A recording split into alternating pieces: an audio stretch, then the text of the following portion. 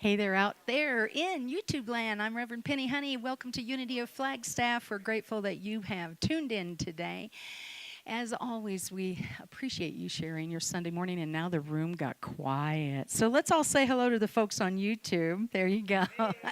There we go. Hey, today we have a special guest, Tom Gebler, so buckle up. This is going to be awesome. It's one of a two-part series, so welcome again. Go out there to our YouTube. No, that's not true. Our website, if you want to find out what's going on in this community, and out to YouTube to see all previous messages. Thank you again for being with us. Namaste.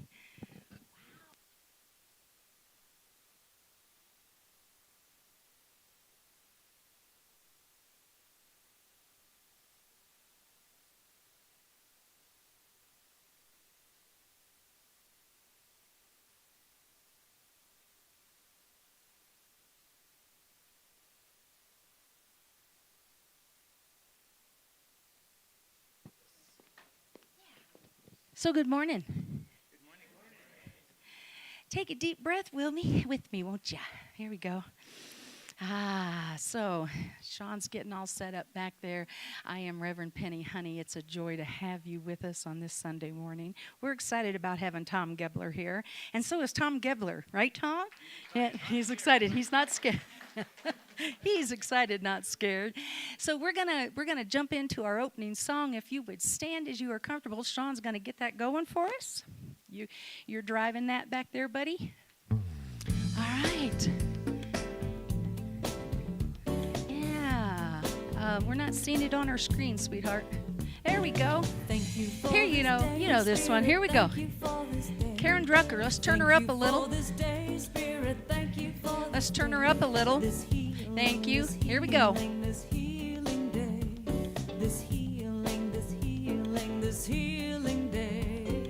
Thank you for this day, Spirit. Thank you for this day. Thank you for this day, Spirit. Thank you for this day. This healing, this healing, this healing day. This healing, this healing, this healing day.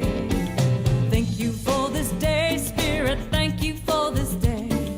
Thank you for this day, Spirit. Thank you for this day. This healing, this healing, this healing day. This healing, this healing, this healing day. Thank you for my friends, Spirit. Thank you for my friends. Thank you for my friends, Spirit. Thank you for my friends. My wonderful, my wonderful, my wonderful friends. My wonderful, my wonderful, my wonderful friends. Thank you for my friends, Spirit. Thank you for my friends. Thank you for my friends, Spirit. Thank you for my friends. My wonderful, my wonderful, my wonderful friends. My wonderful, my wonderful, my wonderful friends. Thank you for my health, Spirit. Thank you for my health. Thank you for my health, Spirit. Thank you for my health. My radiant, my radiant, my radiant health. My radiant, my radiant, my radiant health. Thank you for my life, Spirit. Thank you for my life. Thank you for my life, Spirit. Thank you for my life. My glorious, my glorious, my glorious life. My glorious, my glorious, my glorious life. Thank you for my wealth, Spirit. Thank you for my wealth. Thank you for my wealth, Spirit. Thank you for my wealth. My opulent, my opulent, my opulent wealth. My opulent, my opulent, my opulent wealth. Thank you for this day, Spirit. Thank you for this day. Thank you for this day, Spirit. Thank you for this day. This healing, this healing, this healing day. This healing, this healing, this healing day. Thank you for this day, Spirit. Oh, well, thank you. Thank you for this day, Spirit. I want to thank you. I want to thank you. Thank you for this day, Spirit. Every day I say thank you for this day. And say good morning to each other. Jermaine struggled for years with dental issues before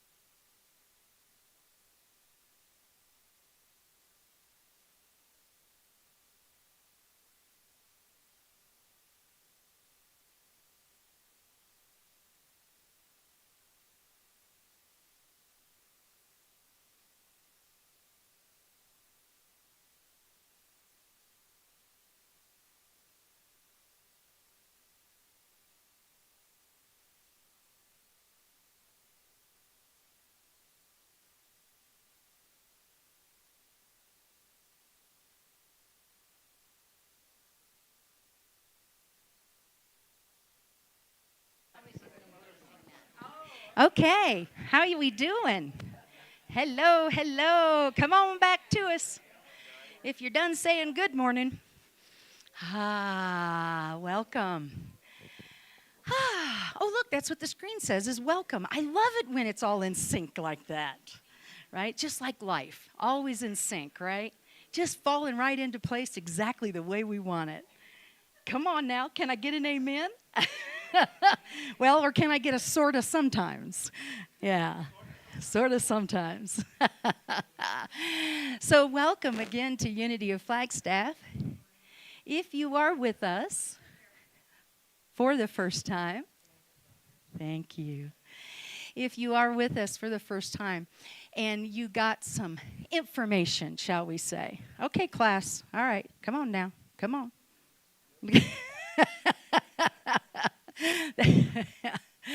Okay, just because I need to feel like I'm in control of the room. I mean, there's so few places in our lives we really get to feel that way, right? So, oh yeah, there we go, right? What an illusion. So welcome.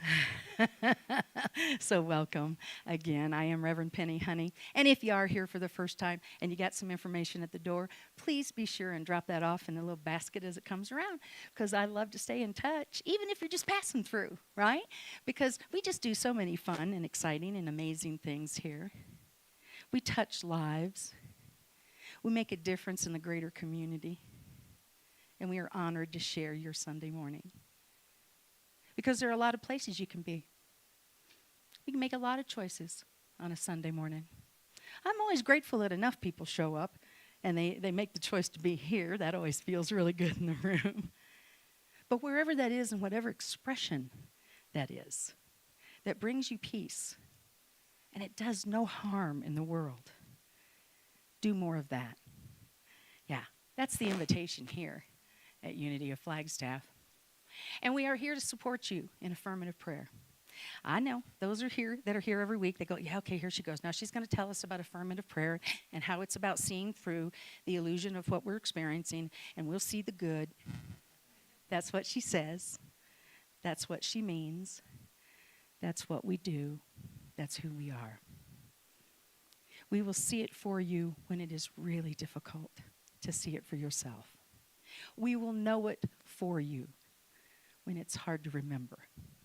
And we'll celebrate with you when we see the result of your alignment in prayer and meditation. So there are a lot of ways to get that kind of support in this community. We have prayer partners in the room. Those that are here and are available for prayer, please raise your hand. There we go. Steve, are you going to be over at the Serenity Room this morning? After service, Steve will be delivering our opening prayer today and serving as a prayer partner available to you to pray with you. And he'll be standing over there by this Serenity Room. I hear he gives some really, really amazing guidance and prayer. And I appreciate that about Steve. And I appreciate that about our prayer team. 1-800-NOW-PRAY, put it on speed dial. I'm just saying. 24/7, they will answer the phone and they will say, how may I support you? How may I pray with you? That's what we do here. And then, of course, you can always call the center. Myself or Selena will be happy to pray with you. And we are honored to do that. So, speaking of prayer, right, I'm going to invite Mr. Steve Huffman up. He's on our minister search committee. He's a prayer partner. He's a keyboard musician. He's a friend. This guy even ironed the shawls for the prayer team. Round of applause. And our resident Mr. Rogers. And I will check in with you later to see what an iron is, okay? All right. Yes, all right. So please invite you to join me in a short prayer here to start our service. If it feels comfortable, close your eyes. So let's open together to some new ideas, some new thoughts about the possibility of infinite intelligence of that inner wisdom that we each have within us if we open to it as intuition and guidance.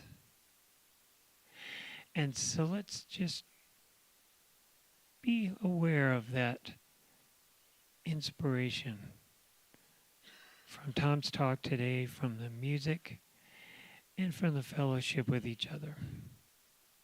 So it is. Round of applause. Yeah. Yeah, we're one of those spiritual centers. We applaud after people pray. Because we celebrate the light that you share. Thank you for that, Steve. All right. I have a special little thing that we want to do right now. And I would like to invite Sue and Shar up to the front. Sue and Shar, would you come up and join me? We are celebrating. Round of applause for these amazing people. I had some things sitting on the chair. Oh, okay. Well, that was nice. All right, so good. So let's see, what will I do now for the next 3 minutes? No, it's all good. So come over here. Come here. All right, group hug. All right, so the first slide you see up here, of course, is for Sue mine. You know, when I came to Unity of Flagstaff as the minister, I said, well, it's only appropriate that I become a member, okay, of Unity of Flagstaff. So I had my membership transferred, and we had a membership class, and there were 2 of us. These 2 right here. Sue and I were the 2, yeah, right? That was our first membership class. Come on now. Do you know that under Sue's charge as the president of the board, serving her 5 years, we have grown this ministry and the membership over 50% in that time. Feel it? And it starts. I like that little quote that Dawn reminds me of. The fish rots from the head. And it also means, yeah, it does. I know. That seems so inappropriate. So we're going to just leave a pause there. Got it? Okay, got the visual? The point is this. It also succeeds from that same place. And you stood on the shoulders, big shoulders, of Helen and the people that have served on this board prior to that. And we grew through a pandemic. We grew through. We didn't just survive, we thrived. And I thank you for that effort. I appreciate, don't act like it's no big deal. It is a big deal. You were a little part. You were. And we appreciate the leadership. Above that, though, I appreciate the friendship and the guidance. Sometimes I know we make it look easy, but sometimes it's a little harder than it looks. It is. So we love you. And we're going to do a group blessing here in a moment. But I appreciate you. Round of applause. 5 years. And looky there. I'm almost. Don't jinx it. She said I did it without crying. Oh, all that training that you get as a minister, to learn how to blink your eyes and drink water and all those things. Take a breath. That's where the power is. And we want to also honor Shar Snipes. 3 years she served on the board. And I noticed when I was putting this little slide together that the words voice of calm kept coming up.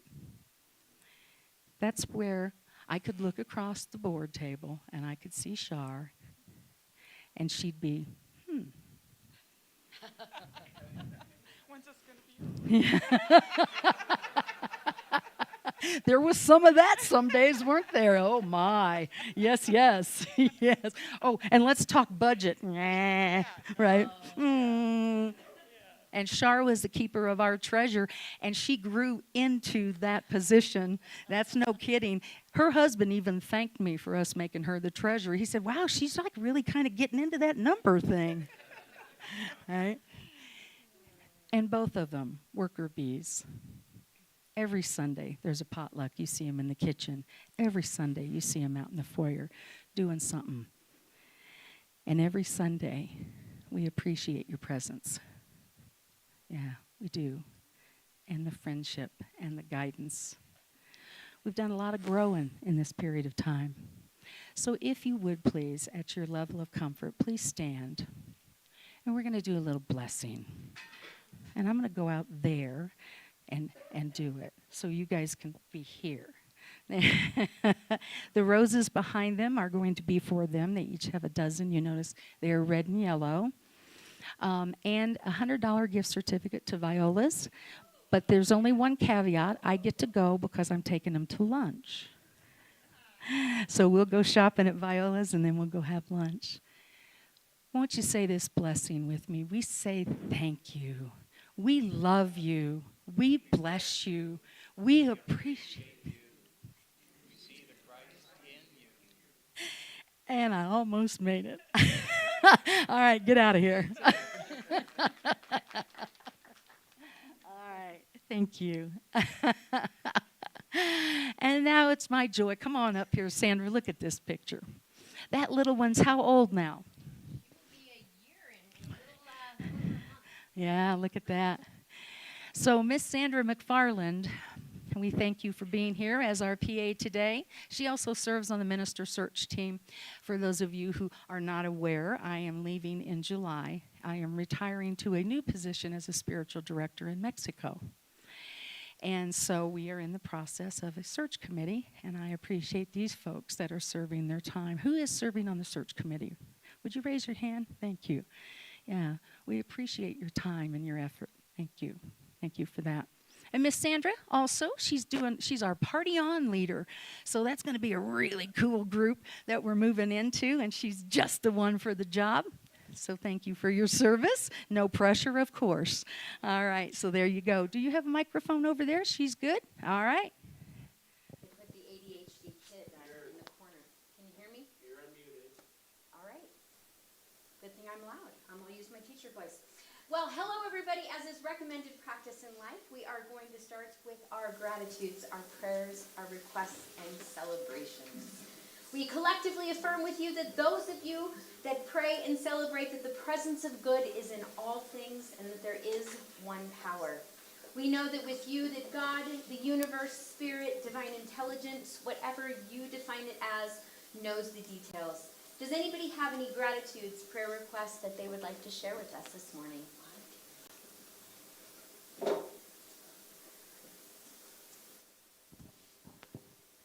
Testing. I have a couple of gratitudes. One is I'm very thankful that the surgeon's hands were divinely guided when he fixed my right ear. Oh, can you hear me better now? And then for this next gratitude, I'm going to stand up. My daughter is finally pregnant. And it's a baby girl. They already found out, and I'm like, woo! And I just pray for all the health and beauty and that little baby girl in there, and I can't wait to hold her probably end of October, early November. So that's huge, big, finally she's going to have a baby. Grandma. Oh, we are celebrating, and we're affirming her good health.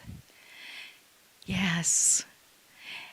And we see that connection, don't we? As we remember that life, right? And all the possibility that resides in that. And we see it opening to her with ease. She arrives and the world is changed forever. And so are our hearts in those moments. Yes, so we are celebrating that. Yes, thank you. All right, who's next? I can jump in because I've got the microphone. Powerful, isn't it? It's powerful. So a gratitude and a prayer request. A gratitude for my mother-in-law, Ellie, who turned 88 years young yesterday. Bless her soul. She's She's still the amazing light she is. So I'm just super grateful for her presence in my life. She's an amazing woman. And a prayer request for my dad. He's got some minor health stuff going on that's, a polyp that is bothering him. But the main thing I really want prayers for him around is just, I guess, peace of mind. He's working himself up into quite a lather over a lot of things that are going on with our world and our government that he really has no control over, and yet it's upsetting him a lot. So, and I know he's probably not the only one out there. So I just want to breathe into some peace of mind for him, because he gets himself really stressed about these things. So I know nobody in this room recognizes that, but I am certain you know someone that does, right? So what we are seeing is peace. We see your dad and all those that suffer with the stress and the noise and the static. We see peace. We allow the truth of who we are to permeate those thoughts, these moments that we have the illusion of separation. And we remember the power of the presence that resides within each and every one of us, and we move from there. And for this, we give thanks. And I am celebrating Ellie. Ellie, happy birthday. Thank you. Thank you for coming to the planet. And so it is.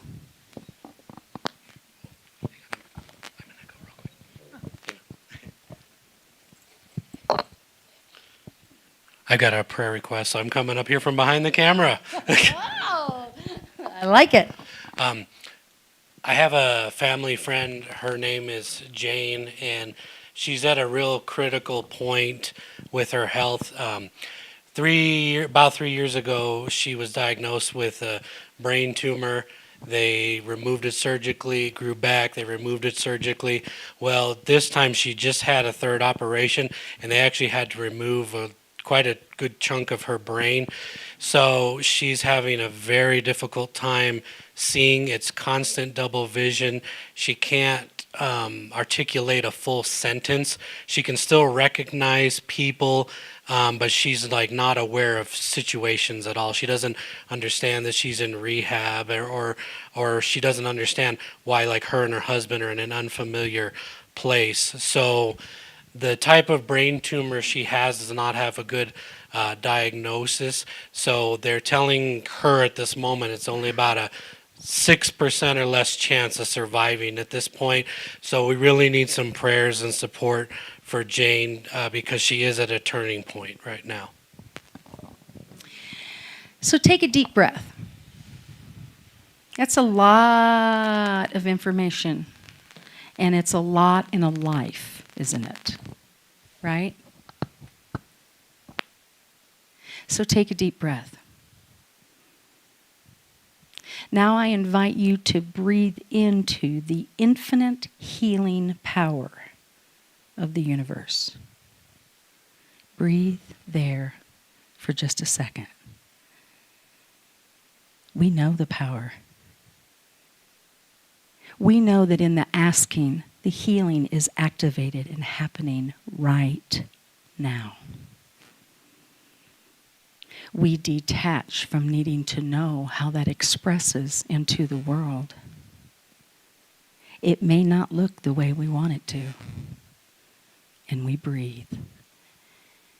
We breathe into the infinite healing of the universe. We hold Jane in light. We know her to be whole and perfect as she is. And we give way to trust and the knowing that God is in it. And so it is. And so we're going to let it be. Thank you.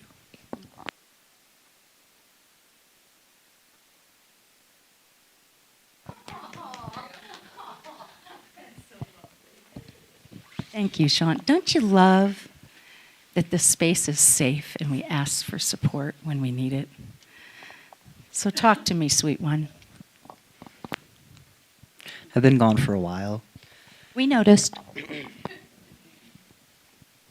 The last couple months have been really difficult. I was working, I had a decent job. That kind of fell through more so due to not great. Circumstances. Yes, just not great circumstances. And then I had another job that fell through. Once again, not good circumstances. Essentially, it's all kind of started to fall apart. And since I lost my car, I was screwed over by a dealership back in Michigan. So what we know is it didn't work out the way you needed it to. Yeah. So my And prayer we're- request Thank you. is essentially I'm trying to do whatever I can to get another car, even if it's point A to point B. That was my source of income, and that was my stability.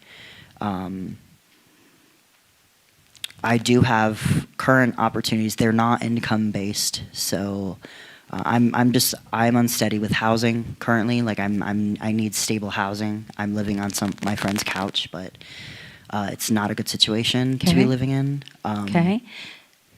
So tell me what would bring you the most peace in this moment. In this moment. Stay here with me in this moment. Opportunities. Can you to guys a get in car. this moment with me? Are you there with us? Yeah. Okay, we're in the present moment. What can bring you the most peace in this moment? We want to hold that with you. Honestly, I need solutions. Solutions. Okay. Anybody ever need solutions in your life? Anybody? Yeah. We're here with you. We know for you the power that resides within.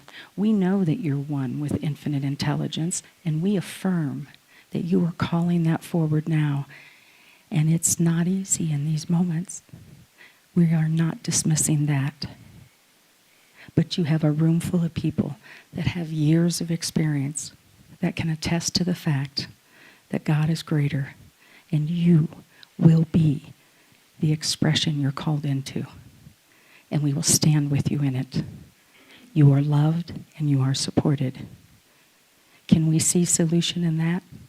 Can I hear an amen? I do have a gratitude. I love that. Let's go there.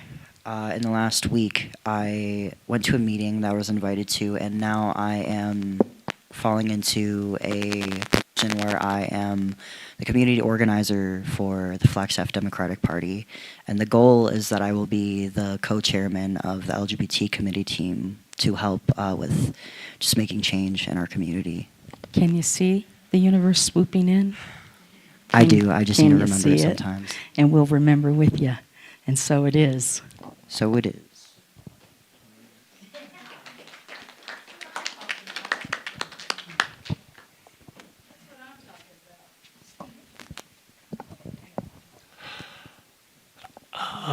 Last week when I was in the service, I found out my stepmom had a heart attack like the night before. She's been in the hospital all week. She had a couple of stents implanted, and I just found out this morning she's back home. And her daughter and stepson at this point are living with her, so she has her kind of built-in family caregivers with her. So that's a gratitude. And my other one is I kind of stepped out of my comfort zone a little bit this week, and I went to Hops on Birch and played 3 original songs that Matt and I wrote together and sang them. And so anyway, it was just a hoot to hang out with other musicians there and play. Yay! Isn't it fun to watch that, right? Yes, we celebrate with you. We do, yeah. And how about that? She's home. Healing is happening.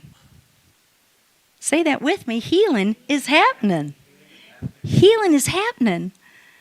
And we celebrate that. We know her to be perfect and whole in her expression of health. Yeah. We're so excited. I'm so excited you went there and did that at the open mic. That's so cool. It is cool. All right. Mine is putting out there that I need a fancy hat because I'm going to the local Kentucky Derby celebration for the Boys and Girls Club. And from what I hear, everybody wears, the fancy hats and drinks mint juleps. So I don't have a fancy hat. I can fix that for you. So that's what I'm putting out there right now. We can make that happen. Anybody got a fancy hat? I bet we can. I bet we can fix that for you. Yeah, I'm guessing in the back of that closet somewhere there's a fancy hat, or you can use Hayden's. That's kind of fancy. All right. Anyone else? Take a deep breath. I'm going to turn it over to Miss Sandra. Of prayer and the good news and the powerful words spoken here. And so it is, and so we let it be. We are grateful for the power and the good news spoken here.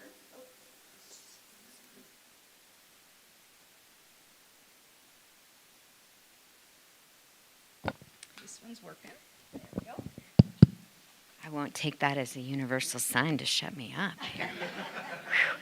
Never worked with me. All right, so let's go ahead and go into unity principle number 1, which is, please say it with me, there is one presence, one power, call it what you will, active in the world and expressing through my life. And the short version? God is. Absolutely. All right. Oh, beautiful picture. All right. It's interesting what 24 hours can do, because the story that I was planning to be up here talking about was, cutesy and inspirational, and, me grumbling about donuts now costing $124 to buy them for my students, and me having just barely that much in my checking account, and having this really crappy attitude getting to the library and, setting this out and going, I really didn't realize it was this expensive, and just in a foul mind space. And it was one child, and this child recently came to the school and came in on the McKinney-Vento, which means that their family is unhoused or having to share households. And so this little guy, who was one of the recipients of this donut and cocoa party, came up to me and crumbs on his face and just said, "This is the best day of my entire life." And in that moment, I didn't give, almost said something bad. I didn't care that I had spent that money. That moment right there that I provided with a donut and some cocoa was priceless. However, the more that I stood up and tried to thought, how am I going to word this all together, it really didn't feel genuine. And yesterday, as she mentioned, I'm on the search committee. Part of it was because I'm a bit of a control freak, and I needed to have my hands in all of this change so that I felt it wasn't going to be so scary. And then I also remembered that I really don't like committees because people freak me out, and so I'm kind of in this weird space. But I also had to really be honest. I have to be the elephant in the room right now, because for the last probably 6 to 8 weeks that I have come to Unity, I usually get in my car and I cry. And every single time she'd start to break up, I'd feel it in my throat, and I'm thinking really nasty words. Darn it, woman, just knock it off. And, I come here to want to be spiritually fed and fulfilled, and I'm leaving wanting to burst into tears. And I've really been struggling with this because my instinct is to run. And what my running looks like is distraction. If I can keep myself busy, if I can overcommit myself, I don't have to feel anything. I certainly don't have to think of anything that's not on my task list. And so I've been doing this, and I've been disconnecting, and I've been building cases of in my own head of, oh, why this is just a hassle, and rolling my eyes. And I started to feel how disconnected I was becoming. And it was easy to point fingers and everyone's leaving and all my favorite people are moving away.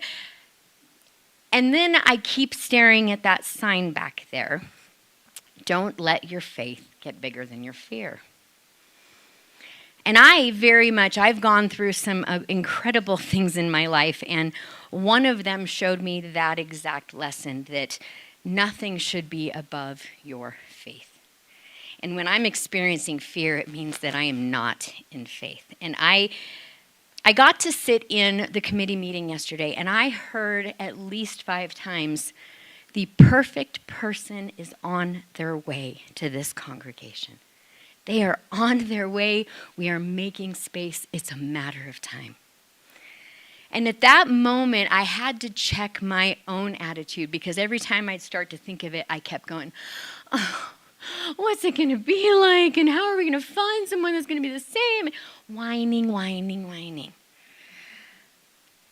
And I had that moment of sitting going, I need to be in this, in all of it, not just the inspirational fun, hey, let's feel good and go off into the world, but also the yucky stuff. Because for the first time in 50 years, I'm not running, and I'm diving in deeper because everything in my head tells me bolt because this hurts. And that's exactly what I've done my whole life, is run. And the 2 best things that have ever happened to me in my entire life, which sound very odd, are becoming a ridiculous drunk.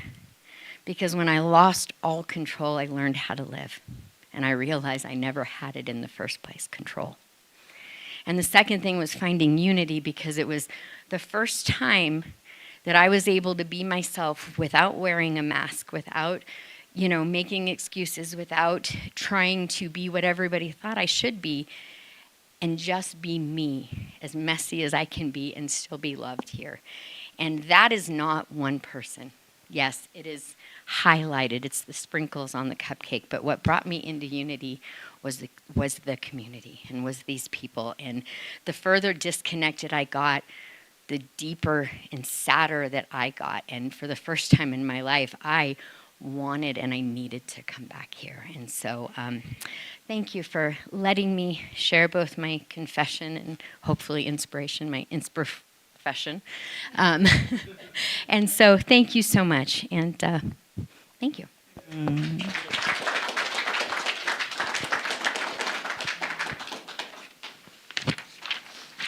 Don't do it, woman. Okay. Take a deep breath. Thank you, Sandra. So we're going to rest into this time of quiet. We've heard a lot of words. We've heard our prayer requests, our celebrations. So we take all that in. And we just rest.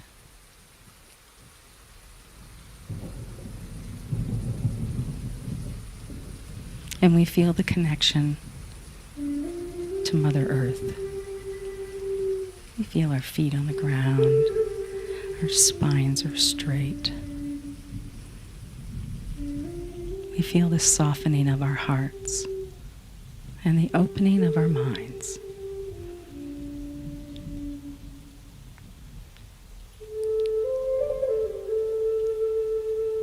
We allow peace to wash over us.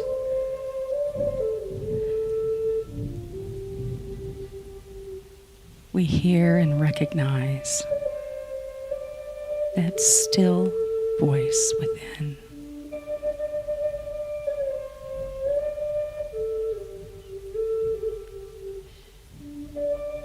All that has come before this moment drops away.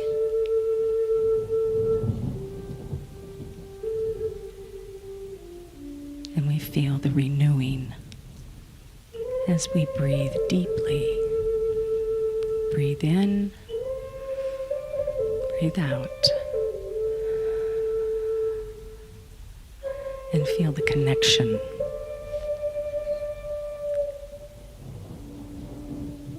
Allow the quiet to just settle those thoughts and that busyness.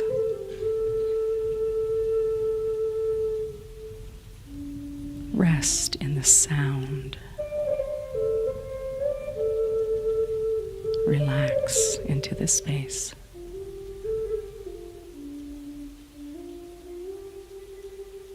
Recognize the presence within.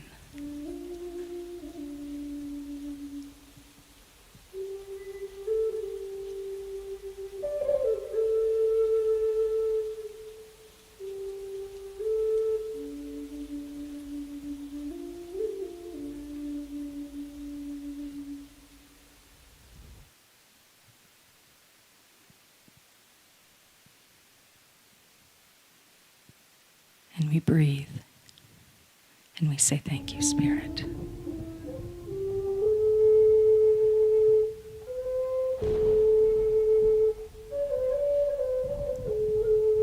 And so it is,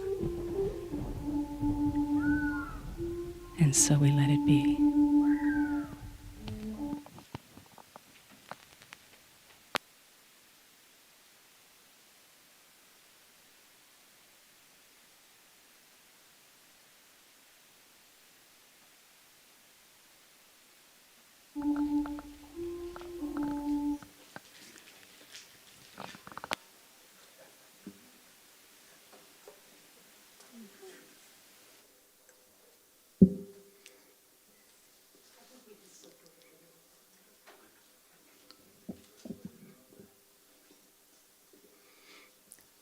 Am I on? Good morning. You get a little bit of live music today. I feel super loud in my head, but maybe I'm not loud to you guys. Okay. Are we doing okay? So we are going to sing a song by Devotion called Expression. It's a call and response, and Penny can help you with the response, yeah?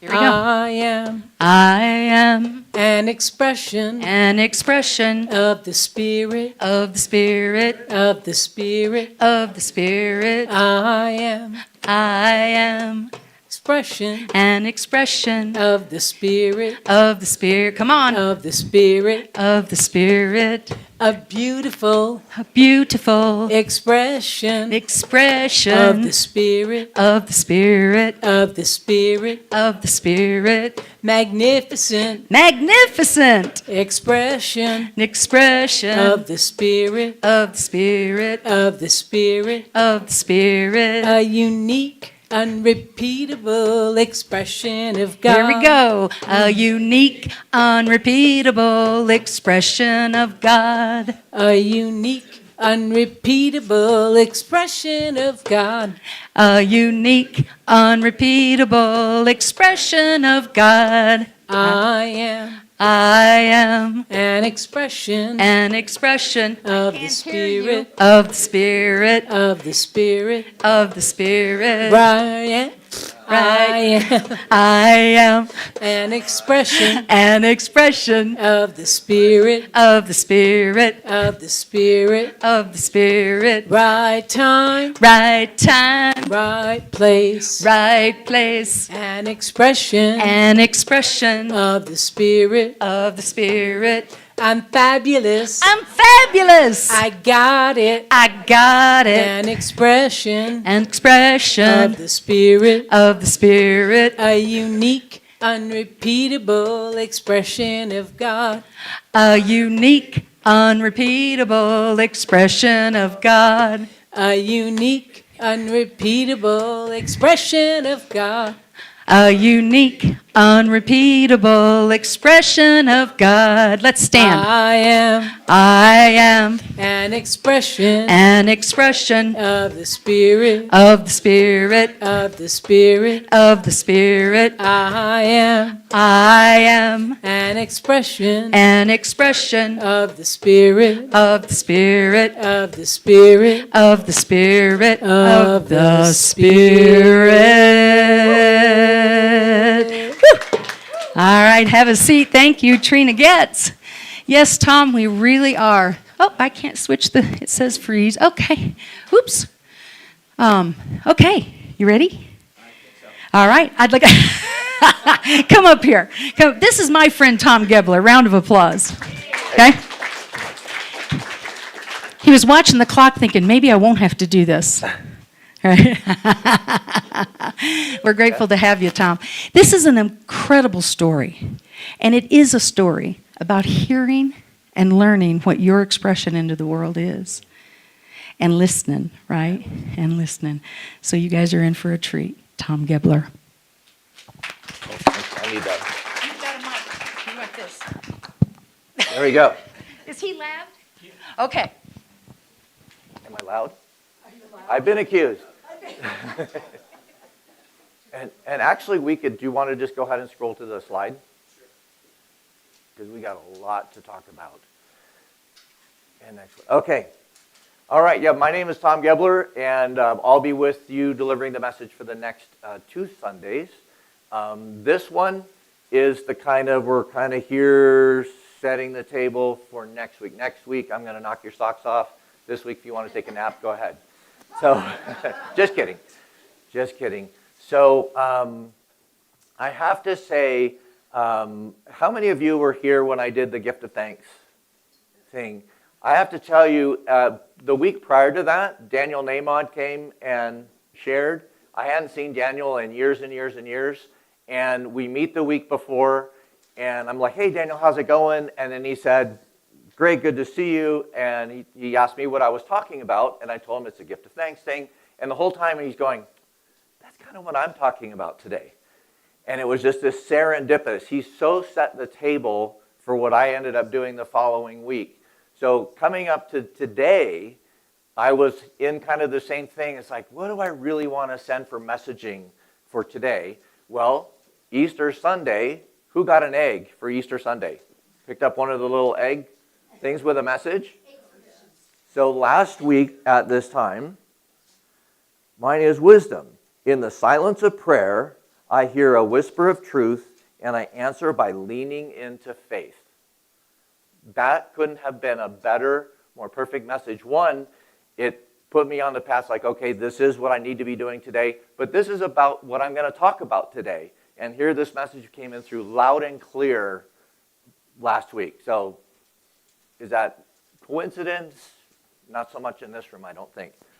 So I do invite you to sit back and relax. This is really just a story of my own personal journey that spans 32 years and just kind of builds on itself. With the invitation as I'm sharing this, if there's anything that's resonating with you to this week and next week, I am going to do a workshop afterwards, and it's not really a grinding into stuff. It's really kind of just an open forum. I'd love to see you all there. And let's just talk about what's happened over this week and next week. So I look forward to seeing you. So here we go. The first vision, 1981, NAU. I'm an NAU. I'm sitting in my dorm room over the weekend, minding my own business, and in drops an image. A Native American man with very distinct features, hairline, expression, and I was like, yeah, and I, just so you know, I've always been a little bit artistic, so I'm always looking and thinking of creative ideas, but this was something way bigger than that.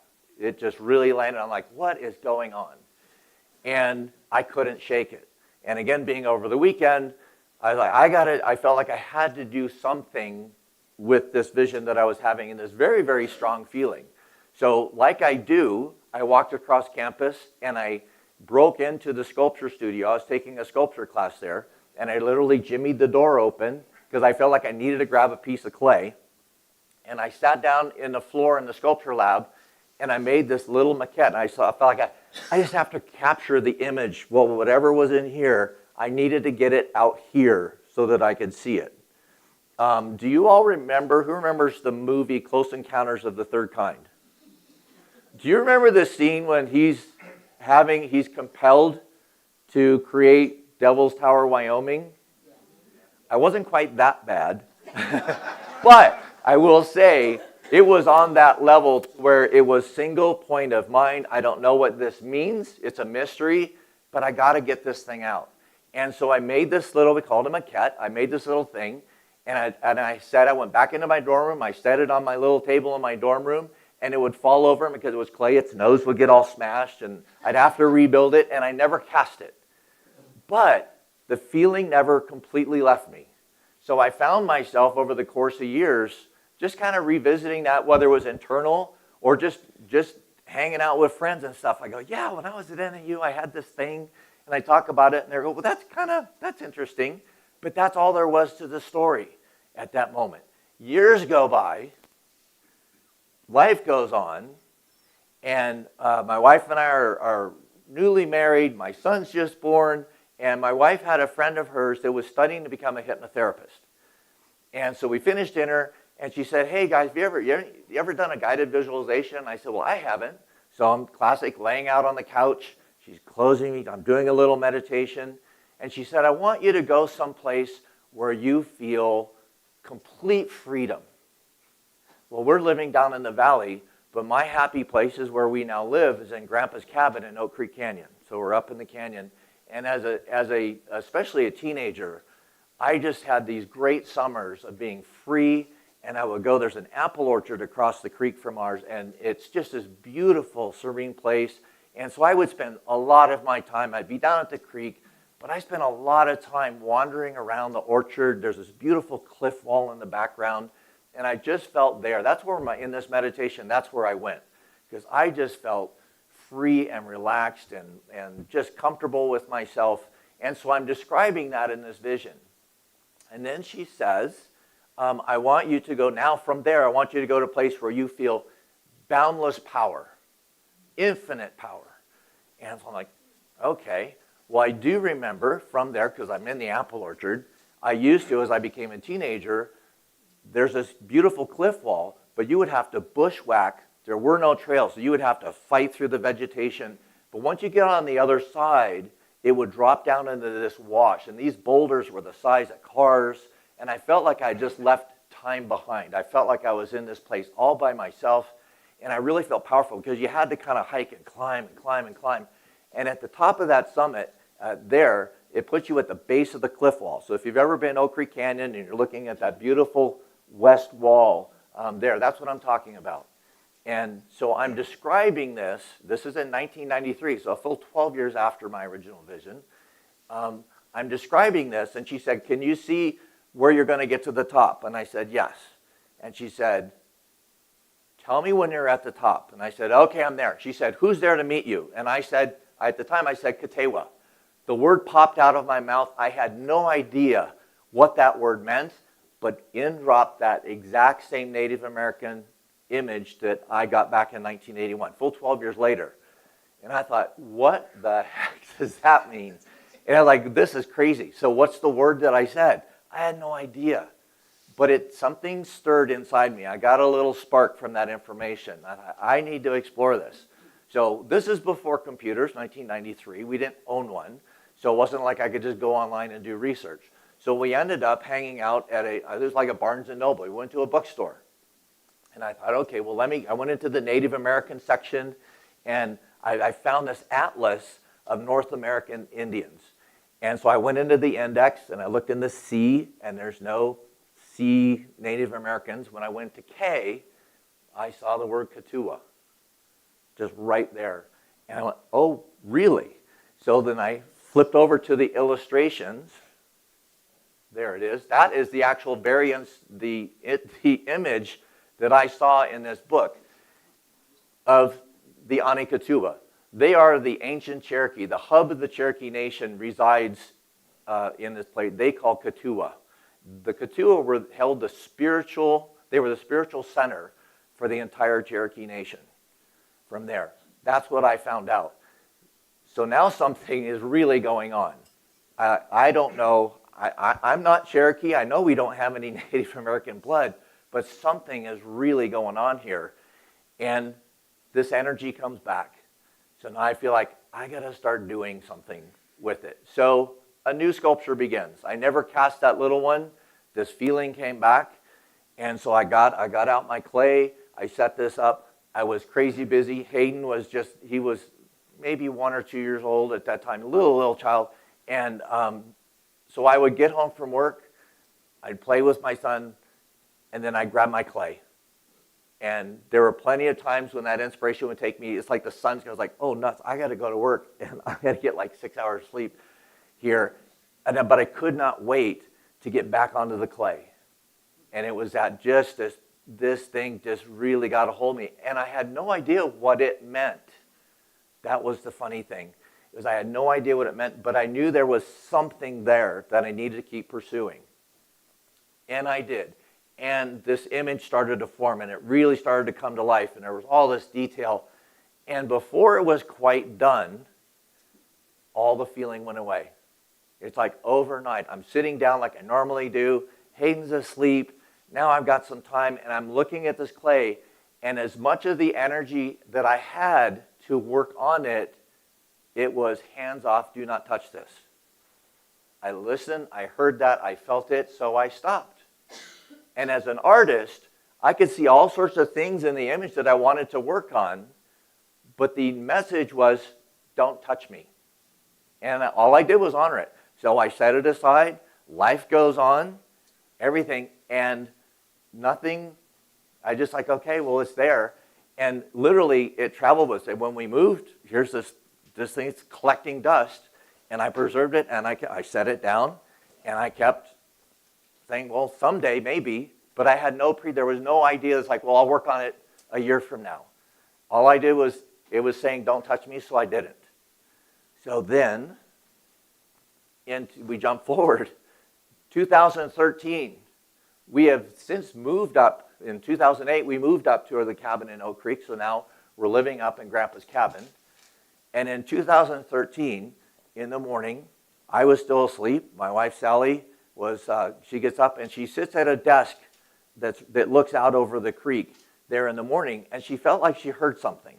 And then she let our dog out, and our dog walks out onto the deck, looks up at the canyon wall, and starts barking like crazy. It's like something's going on. And she went outside, and she can clearly hear somebody calling for help from there somewhere. So she comes and gets me, and I go outside, and clearly there's somebody saying, please help me. Please help me. I need help. I need to be rescued. I need something. I don't want to die. And I was like, oh my gosh, because having spent all this time there, if there's somebody calling for help over there, it can't be good. It is just so remote up in that area. So I changed into my hiking boots. I grabbed a GPS, and I started following the voice. Where did that voice lead me? I found myself going through the apple orchard. Followed the voice. The voice was up higher. I followed. I bushwhacked through all that brush. I dropped into that primordial wash. The voice is still getting in front of me. Literally to the point where I couldn't go any further. I'm standing at the base of the mountain cliff, which is from my visualization, and all I said was, hey. And this hiker, this voice saying, come get me, I'm stuck, I'm hurt, I don't want to die. And I thought, well, there's nothing I can do, because the voice I heard was 500 feet, just straight up in the air. And all I said was, I hear you, I'm going to go get help. And then I said something silly to a stranded hiker. I said, hang in there. I will never forget saying that. And I'm walking back, that was a silly thing to say, gosh. But by that time, my wife had called the sheriff's department, 911, and said, hey, we're hearing somebody in trouble. And what had happened was this hiker was actually staying at Junipine about 2 miles south of us, and she went for a hike up on top of the mountain just to take some pictures. She got lost, and then she tried to bushwhack down, and she stumbled, and she tore her ACL and was stuck on a ledge. She said, I threw a rock over the ledge. I didn't even hear it drop. So she knew she was stuck. Nobody heard her. This is the day before. She spent the night on this cliff, not knowing if she was going to live or die. But when she heard, she did a little bit of shouting, but once she heard our dog Pebble bark, she knew that she had been heard. And so the entire day, what we found out was the entire search and rescue team, they showed, by the time even I got back to the cabin, the search and rescue team, the fire department, the sheriff's department, everybody was at our deck, and we're looking up, and it took all day, but she was ultimately rescued from there. She called us. We gave our number and just gave her to the sheriff and just said, hey, if you could just pass this on. And so that night, we actually get a phone call. Her name is Elise, and she said, you guys saved my life. Things are a mess with the way this thing got publicized. They thought she was going up there to commit suicide or something. That it got all pulled out of context. She said, I got a mess to take care of. She lived in Toronto, Canada. She's actually a doctor. And she said, you guys saved my life. I need to come back and thank you for that. So about a month later, the phone rings. We make arrangements. She actually comes to our cabin, and she tells us the whole story of why she was there and what happened and everything. And she said, you know, you guys saved my life, and during this time, what do you give somebody that literally was responsible for saving your life? And we're like, well, I don't know. But she had a package. We opened up this package, and she gives us the sculpture that you see. It turns out she collects art.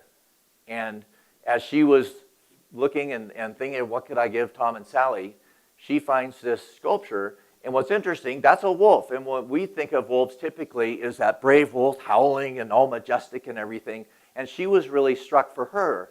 She was really struck that this is a different countenance. And for her, she felt bad that she put everybody out. There was such a massive, all this attention and everything. And she felt honestly bad that all this stuff, she didn't want to bring that kind of attention to herself. There. And so we were rather shocked that she would give a pair of artists a piece of art. And especially to say sorry. That becomes a little bit more significant, especially next week. We'll talk about that. So we were taken aback. And because of that, I started to share my story. It was like, wow, you get a sculpture given to us. Like, I don't sculpt for a profession, but I consider myself a sculptor. And so we tell her the story. Also telling her the coincidence, the crazy coincidence of following her voice, the path that I took. It's like, this is this unexplainable, mysterious thing. She was just as enwrapped with, that's really something. Something's going on here. I want you to finish that sculpture, and I will pay for the casting. I want the time is now. Go do it. And I thought, well, my goodness, I haven't touched that thing in how many years? I got to take a half inch of dust off of it to even work on it at this stage. And I said, I'll sit with it. And I set it out on the kitchen table, and that stirring started to come back. And I finally said, yep, I think it's time for me to start working on it. And I did. And I got it really, really developed where I really liked it. And there was one thing that I could not remember from my vision. I knew he had a necklace, but I wasn't sure, was there a carve? There was something at the bottom of the necklace that I wasn't clear on. So was it a carving? Was it a claw, a shell, something like that? So by this time, the internet's available. So I get onto the internet, and I'm looking around, and I'm not seeing anything that really gave me that. So I got bored, and I got distracted. So I just started kind of flipping around. I wanted to learn more about the Kituwah culture and the Kituwah people there. So I just started exploring back and forth. I'm sorry, I left out something really important.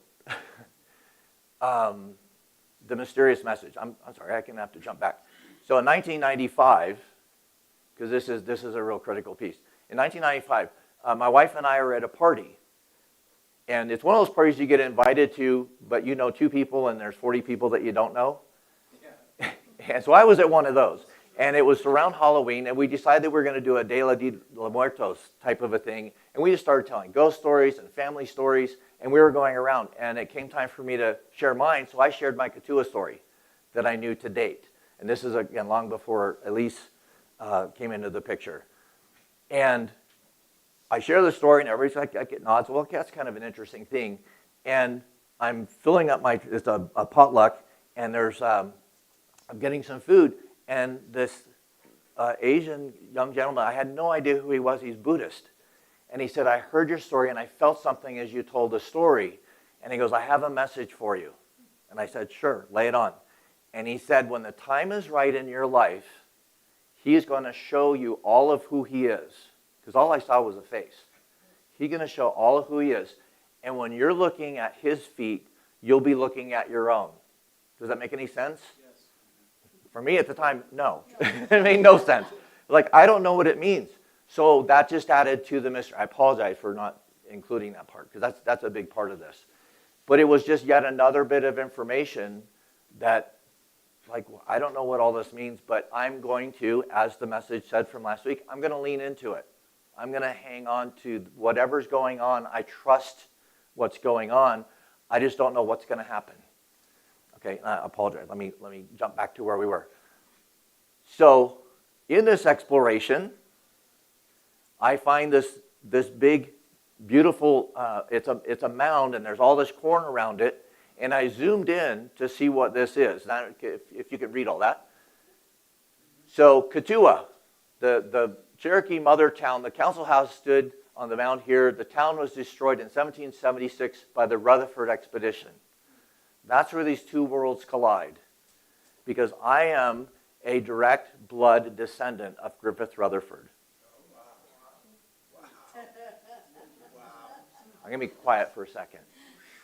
So I spent all these years, I knew I wasn't Cherokee. I knew that, but people say, oh, that's your spirit guide, and that's your, so there were all these questions, and I arrived at that. That landed on me. And at that point, in my mind, and that's what the comment from the Buddhist, when the time is right in your life, he is going to show you who he is. And when you're looking at your feet, you'll be looking at your own. Not how I thought. So my blood relative, Griffith Rutherford, just prior to the Revolutionary War, all I knew about my family heritage was that he fought the Indians in the Revolutionary War. It's all the information I had. What I found out after this was just prior to the Revolutionary War, from the French Indian Wars, the Cherokee and the Creek Indians had an alliance with the British. And knowing that this war was imminent throughout the Carolinas and coastline, we were fortifying the coastline to protect from a British invasion. The fear at that moment, at that time, was that the British were going to engage the Cherokee to invade from the interior, which would drive all the guys home to protect their families and their homesteads. So Griffith Rutherford, he was a brigadier general, got 1,500 men, and in the fall of 1776, he went through the Blue Ridge Mountains, all through the Blue Ridge Mountains. The idea wasn't to engage in war or kill the Cherokee, but the idea was to go through. He would deploy 500 and 600 men into a Cherokee community of 100 or 150. So there was no fighting. It was a tactic to so overwhelm them and displace them so that they could never engage from the interior. I did not know that. I found that out.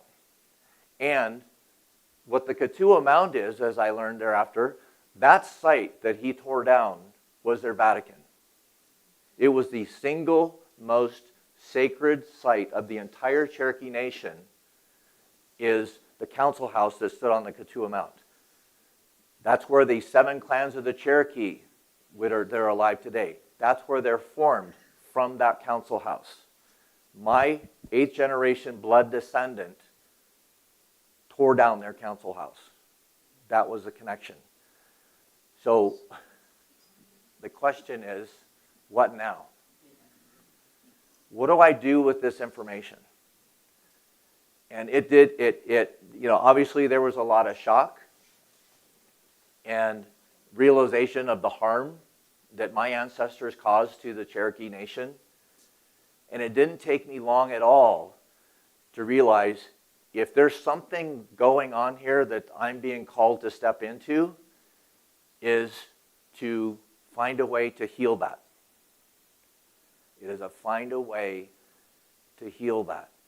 So the sculpture got done, and I started reaching out to the Cherokee, and we'll save that part for part 2. But I will say that what I've learned, even since the whole entire experience, and that's part of the message today, is that, let me see a show of hands. How many have had any type of something happen in your life that you cannot explain it, but you just felt like it was just for you? Has anybody had that? Oh, yeah. Wow, right? I'm in the right room. So this, and as I found out with the Cherokee, this is not an uncommon thing. What my invitation for you all from this message today is just to check in with yourself from there and be patient. Because one thing I could have done is I could have thought, well, that was weird, and completely ignored it. But what landed on me was there is something here, and I'm going to stay open. As the message that I received from last week, I'm going to lean into that idea. And it paid a lot of dividends. So without further ado, this is Kituwah.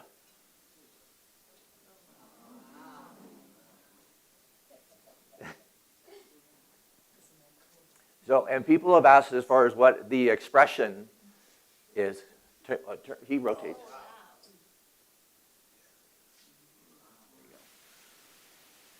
So I've asked a lot. It's like, what expression did you get, or what are you seeing? And there's one word that, for me, sums it up. And even back then when I first got it, it's a feeling of knowing. There's not anger. There's not joy. It is a feeling of knowing. And that's what I wanted to share with you this morning. Stand by for part 2.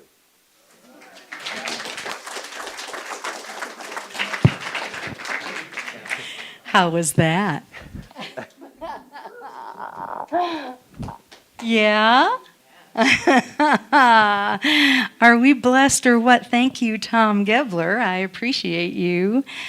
Let's see. Where is my little clicker? I guess I don't have it. So, there we go. See, I knew you had it and I just forgot, right? Round of applause for Tom Gebler. So this story gets deeper and more connected. It's really quite remarkable. Where in your life have you heard that pinging on your heart? Where in your life have you heard that knowing deep within? This is a really, really good example of what can happen when you listen.